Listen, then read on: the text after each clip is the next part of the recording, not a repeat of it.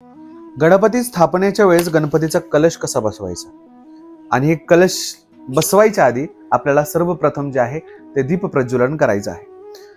दिव्याचं प्रज्वलन केल्याशिवाय कुठल्याही कार्याची पूर्तता होत नाही।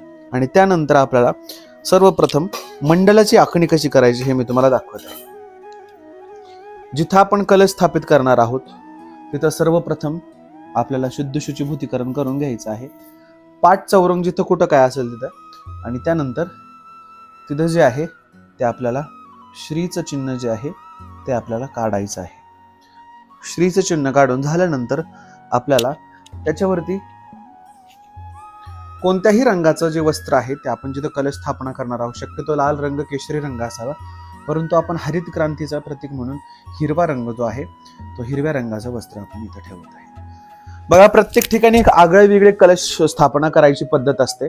आता आपण जे एक वेगळ्या पद्धतीने कलश स्थापित करणार आहोत, गणपतीला जी रास लावली जाते तांदळाची रास, तिकडं पांगू नये त्याच्यासाठी आपण अशा प्रकारे रास लावतो। हळदीचं जे आहे ते स्वस्तिक आपल्याला काढायचं आहे। हळदीच्या स्वस्तिकाने आपल्याला हे गजराज गणपतीचं जे स्थापना आहे आपण त्या हळदीच्या स्वस्तिकावर करणार आहोत।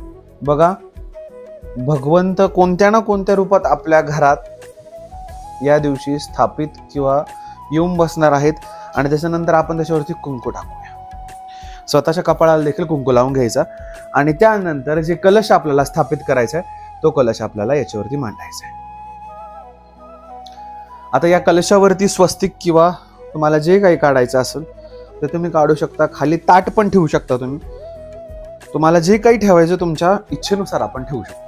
मित्रांनो, मी 8 गणपतीचे अष्टविनायकाचे 8 प्रतीक म्हणून या ठिकाणी अष्टविनायकाच्या अष्टचिन्हहून अष्टगंध काढत आहे।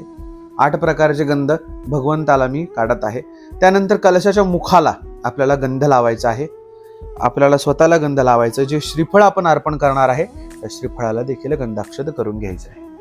त्यानंतर आपल्याला काय करायचं, सर्वप्रथम याच्यामध्ये आपल्याला लवंगा ज्या आहेत त्या लवंगा टाकायच्या आहे।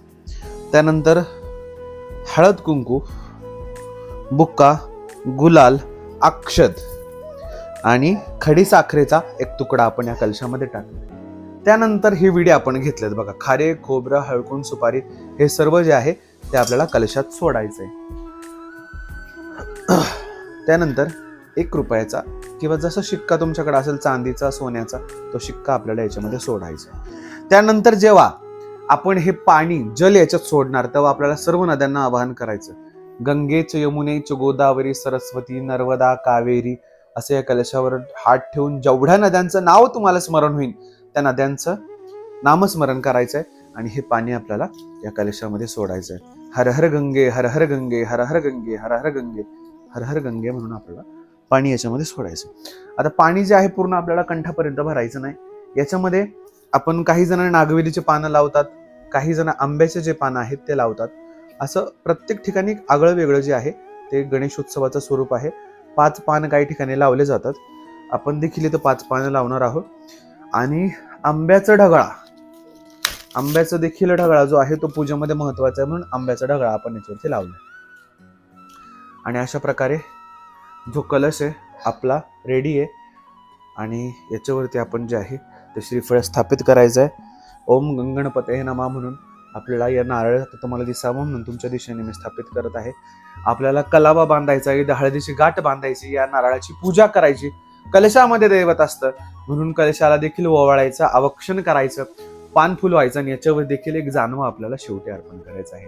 अशा प्रकारे गणेशोत्सवामध्ये आपण गणराज गणपतीची कलश स्थापना, कलश पूजा करू शकतो।